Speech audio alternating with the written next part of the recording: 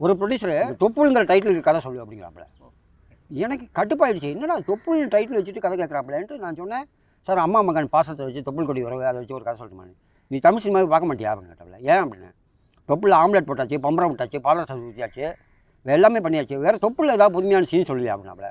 வந்த கட்டுப்புக்கு சொன்னேன், ஒரு சாமியார் கான்செப்ட் இருக்குது சார், படத்தில் 40 தொப்புள் வரும் சார், படத்தை வந்து நம்ம 3Dயில் எடுக்கிறோம், தொப்புள் வந்து மூஞ்சில் மோதும்னு, சூப்பர் இதே பண்ணுவோன்ட்டான். ஒரு படம் எடுக்க வர ப்ரொடியூசருக்கு ஒரு கதை கேட்குறதுக்கு ஒரு டைம் இல்லைன்னு சொன்னாங்க, அவன் எதுக்கு சினிமாவுக்கு வரான்னு நான் கேட்குறேன். ஒரு ப்ரொடியூசர் என்கிட்ட கதை கேட்டு தூங்கிட்டாப்புல, அடுத்து தூங்கிட்டாப்புல.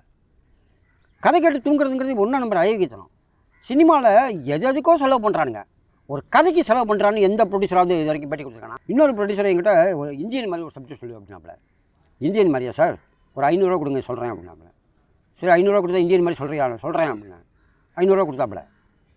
என்ன மாதிரி ஒரு வயசான அசிஸ்டன்ட்டு, ஓகே என்ன பண்ணான், 5 ஹீரோக்குள்ளே கொலை பண்ணான் சார்ன்ட்டேன். இந்தியன் மாதிரி தானே கேட்டேன், இந்தியன் தான் அது, என்ன மாதிரி ஒரு வயசான அசிஸ்டன்ட்டு 5 ஹீரோக்குள்ளே கொலை பண்ணேன். இன்னொரு ப்ரொடியூசரு, என்ன ஏடா கூடமா கதை சொல்கிற, நீ யாரோட அசிஸ்டன்ட்டு அப்படின்னு கேட்டாப்புல. நான் சொன்னேன், நீ யாரோட அசிஸ்டன்ட்டுன்னு கேட்டேன். கட்டுப்பாய் இதை மாதிரி சினிமா தெரியாமல் வந்து மாட்டிக்கிறானுங்க. கிட்டத்தட்ட 600 படங்கள் எடுத்து வச்சுட்டு ரிலீஸ் பண்ண முடியாமல் உட்காந்துருக்கு. ஏன் வர்றேங்கிறேன். மற்ற எந்த தொழிலுக்கு போனாலும் அந்த தொழிலை பற்றி தெரிஞ்சுக்கிட்டாலும் நீ போகிற. ஒரு டீ கடை வைக்கிறனா கூட அந்த டீ கடையை பற்றி உனக்கு அனுபவம் இருந்தாலும் போகிறேன். இப்படி எந்த அனுபவமும் இல்லாமல் சினிமாவுக்கு வந்தானாக்கா என்ன அர்த்தம்? அது தப்பு இல்லை. அது நடிகை ஷோபாட்ட ஒரு கதை சொல்ல போனேன். அப்போது ஷோபா சொன்னாங்க, இது வரைக்கும் நான் கேள்விப்படாத ஒரு கதையாக இருக்கணும், எனக்கு ஏற்ற மாதிரி கதையாக இருக்கணும்னு சொன்னேன். நான் கதையை கேட்டோன்னே, கதையை கேட்டு முடிச்சோடனே ஷோபா அழ ஆரம்பிச்சிட்டாங்க. அப்படியே ஒரு 5 நிமிஷம் அழட்டுன்னு விட்டுட்டேன். அப்புறம் எனக்கு ஒன்றுமே புரியல, இந்த கதையை கேட்டுட்டு ஷோபா ஏன் இப்படி அழுகுறாங்கன்னு பார்த்தா, கடைசியில் அவங்க வாழ்க்கையில் அந்த உண்மை சம்பவங்களை தான் நான் சொல்லியிருக்கேன். இது எனக்கு தெரியாது.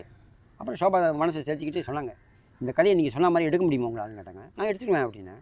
நீங்கள் நடிக்க முடியுமான்னு கேட்டேன். நான் நடிச்சிடுவேன் அப்படின்ச்சு. என்ன சம்பளம் எதிர்பார்க்குறீங்க அப்படின்னு கேட்டேன். என் சம்பளத்தை கேட்டால் நீங்கள் ஆடி போடுவீங்க, நான் கேட்குற சம்பளம் உங்களால் கொடுக்க முடியுமா? கொடுக்குறேன், நியாயமான சம்பளம் கேளுங்க அப்படின்னு. 2 கடலை உருண்டை கொடுங்க அப்படின்ச்சு. ஆனால் ஷோபா மனசுக்குள்ளே அப்படி ஒரு குழந்தைத்தனம் இருக்குன்னு எனக்கு உண்மையிலே சொல்கிறேன். அப்போ தான் அவர் முடிவு பண்ணேன், இந்த ஹீரோக்களை நம்பி ஜெயிக்கிறத விட ஹீரோயின் ஓரியன்ட் எடுத்து ஜெயிச்சிடுவோம். ஹீரோயின் இந்த அளவுக்கு கதை கேட்கும். கிட்டத்தட்ட 2 மணி நேரம் கதை சொல்லியிருக்கேன்.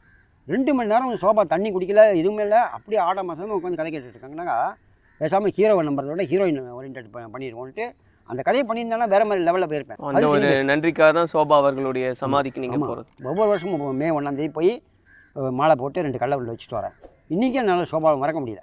ஷோபா மாதிரி ஆர்டிஸ்ட்லாம் டைரக்டரோட செல்லம். அது என்ன கேரக்டர் கொடுத்தாலும் அடித்து தூக்கி எறிஞ்சிடும் ஷோபா. அது மாதிரி ஆர்டிஸ்ட்லாம் கிடைக்கிறது கஷ்டம்.